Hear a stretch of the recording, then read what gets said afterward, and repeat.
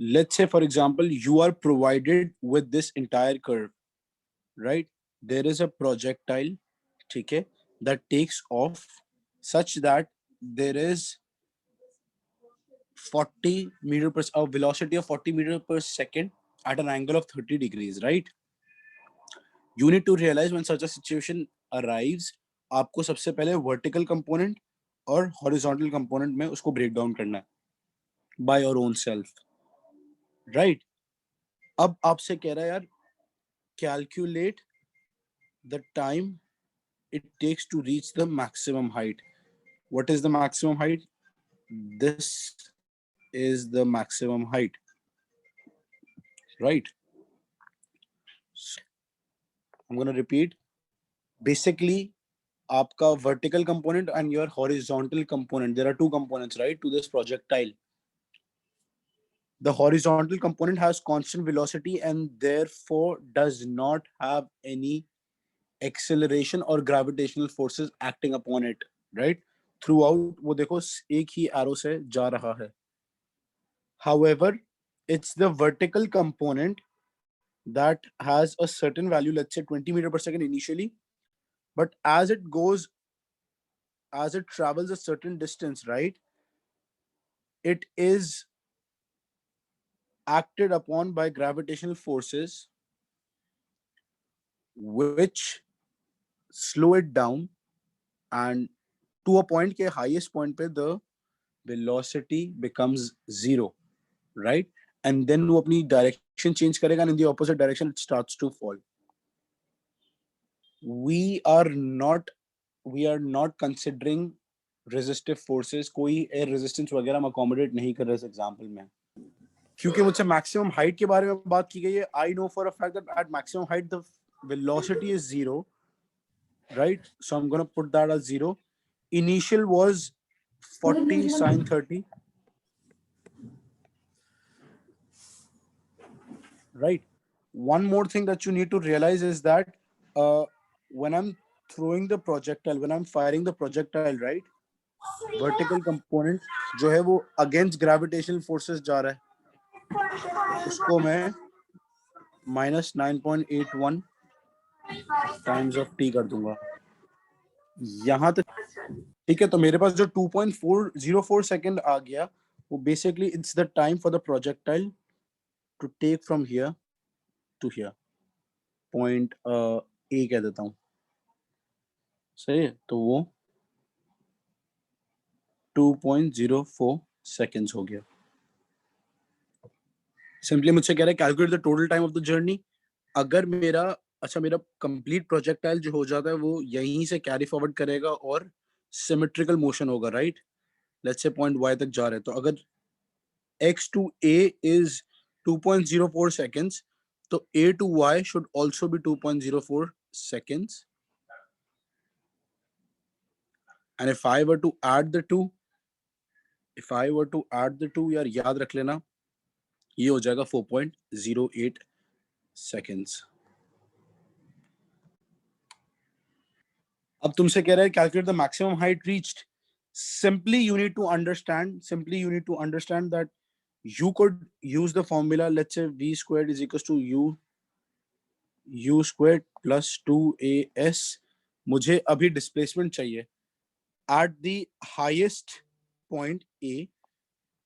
My velocity was 0, right? मेरी initial for the vertical component initial velocity was 20 meter per second, right? यहां से लेके यहां तक देखो, और फाइनल वाज 0, राइट? तो मैं सिंपली इस फॉर्मूला में डाल दिया मैंने.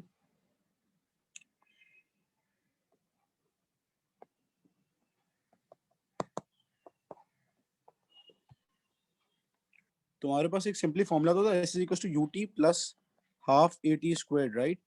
मुझसे बोल रहे टोटल हॉरिजॉन्टल डिस्टेंस बता दो. हॉरिजॉन्टल डिस्टेंस में एक्सेलरेशन कंपोनेंट है ही नहीं. So displacement is equals to speed into time. ये वो वाला फॉर्मूला जो तुम ओ लेवल्स वगैरह में पढ़ते थे. Speed is equals to distance upon time. और यहाँ पे तुम बोलते थे कि यार these are the formulas where there's no acceleration taking place where there is no acceleration acting. ठीक है, ये approximately 141.2 मीटर आ रहा होगा, I hope.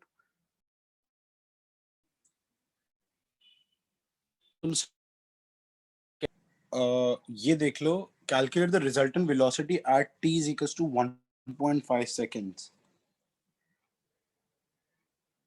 Now you need to realize one thing. अच्छा यार,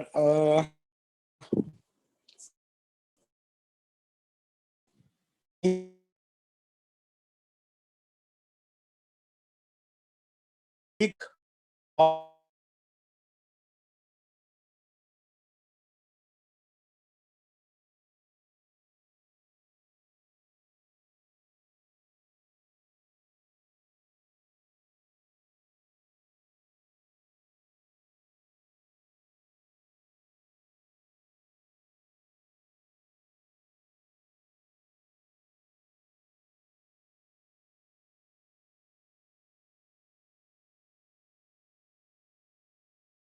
अगर आपसे कह दिया जाता है यार कि मुझे आप सिंपली बता दो calculate the resultant velocity at t is equals to 1.5 seconds. So you need to realize one thing, that horizontal velocity throughout is 34.6, right? Whereas the vertical velocity is something that I need to work out because मेरे पास vertical velocity है नहीं 1.5 seconds, so probably different. And if you have a calculator, just tell me the value for this. I think approximately 5.3 meter per second तो नहीं आ रही, check कर लो. If you have a calculator. अच्छा, आपसे, did you read the question? Like yes, sir. the After that, resultant you were velocity. lagging a lot. Okay. All I said was कि मेरे पास throughout the projectile my horizontal velocity stays constant, right? Right. It's the vertical velocity that keeps changing. Now you need to understand that I do not have my data for vertical velocity at 1.5 seconds anywhere. मुझसे पहले जो calculate करवाई थी वो vertical velocity के through maximum height वगैरह और maximum height का टाइम ले लिया गया था, राइट? ठीक है, तो मैं सिंपली सबसे पहले वर्टिकल वेलोसिटी एट 1.5 सेकंड्स की वैल्यू निकालना चाह रहा हूं. यहां तक समझ में आती है? Yes, sir. Now if you have a calculator, just let me know if this is the right answer to it.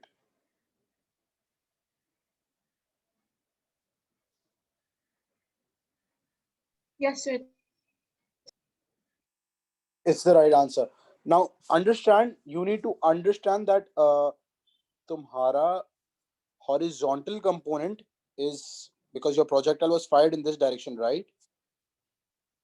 So your horizontal component is 34.6 meter per second towards the right, and your vertical velocity is basically somewhat 5.3 meter per second. So your resultant velocity vector head to tail rule के हिसाब से from the tail of one vector to the head of another vector, right? Simply what you're gonna do is, for your resultant velocity, under root 34.6 the whole squared plus 5.3 the whole squared. What have I done? Resultant velocity is equals to under root of vx the whole squared plus vy the whole squared, जो तुम Pythagoras theorem में कर रहे होते हो वो simply value मैंने कर दी है. यहां से मेरे पास resultant velocity approximately I think 35 metre per second आ रही होगी.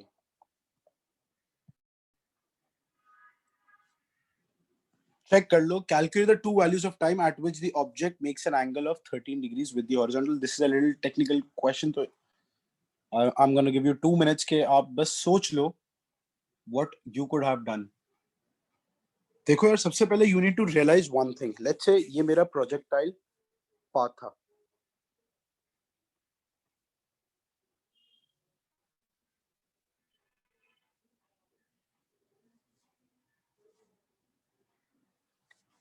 ठीक है।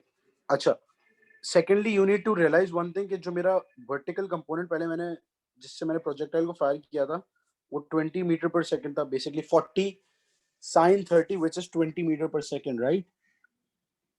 ठीक है। अब तक जो मेरे पास गिवन वैल्यू है हाईएस्ट पॉइंट,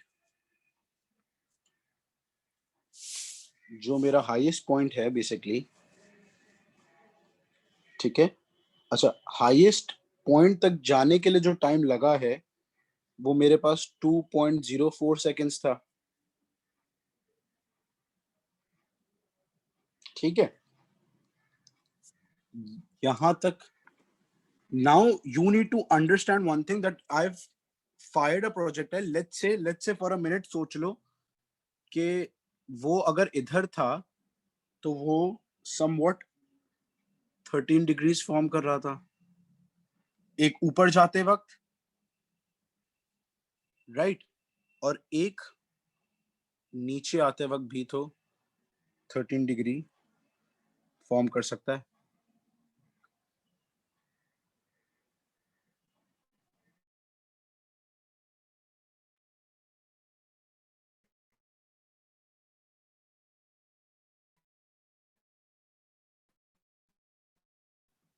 अब तुम्हें यहाँ पे थोड़ा सा सिंपल ट्रिग्नोमेट्री लेना होगा। Let's say for a minute मैं कह रहा हूँ 13 डिग्री इनिशियली यहाँ पे मैं इसको कंसिडरेशन में ले रहा हूँ, right? You need to understand that ये tan 13 degree is equals to vertical velocity upon horizontal, जो है वो थ्रू आउट तो मेरी कांस्टेंट ही है ना यार, हर जगह मेरे पास 34.6 ही आ रही होगी ना हॉरिजॉन्टल वेलोसिटी, जो जैसा हम लोग पहले डिस्कस कर चुके हैं। It's the vertical velocity that I need to work out, it's the vertical velocity that I need to work out, right? तो मैं for the initial part अपनी vertical velocity work off कर लेता हूँ। यहां तक समझ में आता है? Perfect. Working out from trigonometry, I will realize that my vertical velocity is coming around to 8 meter per second. ठीक है, वो फिलहाल मैंने इसके लिए ले लिया, ठीक है। अब अगली चीज जो what you need to work off is time, right? क्योंकि आपसे टू वैल्यूज ऑफ टाइम की बात की गई है ना, you need to find the two values of time, right? So vertical velocity is equals to u plus at, right? Your vertical velocity at 13 degrees was 8 meter per second. Your initial velocity was 20 sin 30, which is 40 sin 30, which was 20 meter per second. ठीक है, plus